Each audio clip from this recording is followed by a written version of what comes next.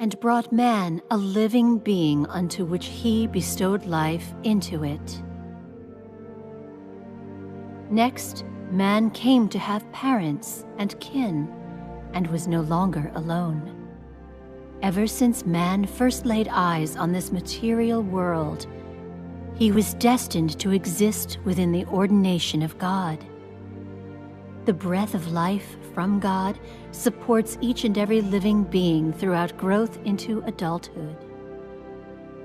During this process, no one feels that man is growing up under the care of God. Rather, they believe that man is doing so under the loving care of his parents, and that it is his own life instinct that directs his growing up. This is because man knows not who bestowed his life, or from whence it came, much less the way in which the instinct of life creates miracles.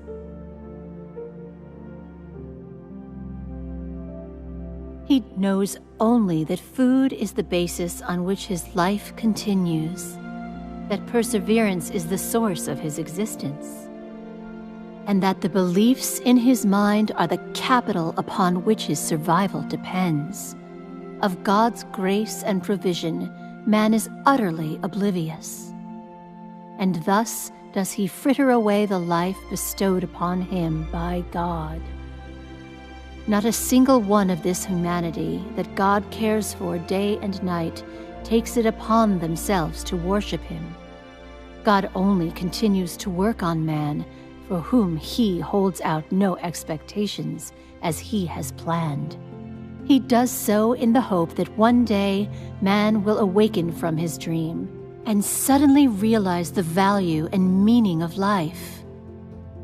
The price God paid for all that he has given him, and the eager solicitude with which God waits for man to turn back to him.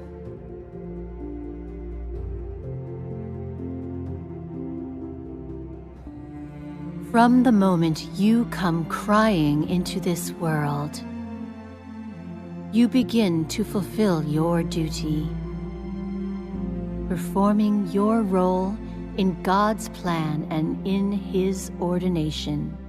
You start your life's journey. Whatever your background, and whatever the journey ahead of you, no one can escape the orchestrations and arrangements of the heaven, and no one is in control of their own destiny. For only he who rules over all things is capable of such work.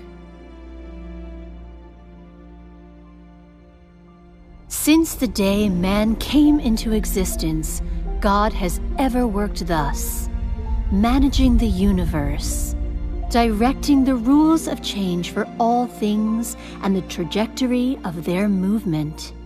Like all things, man is quietly and unknowingly nourished by the sweetness and rain and dew from God.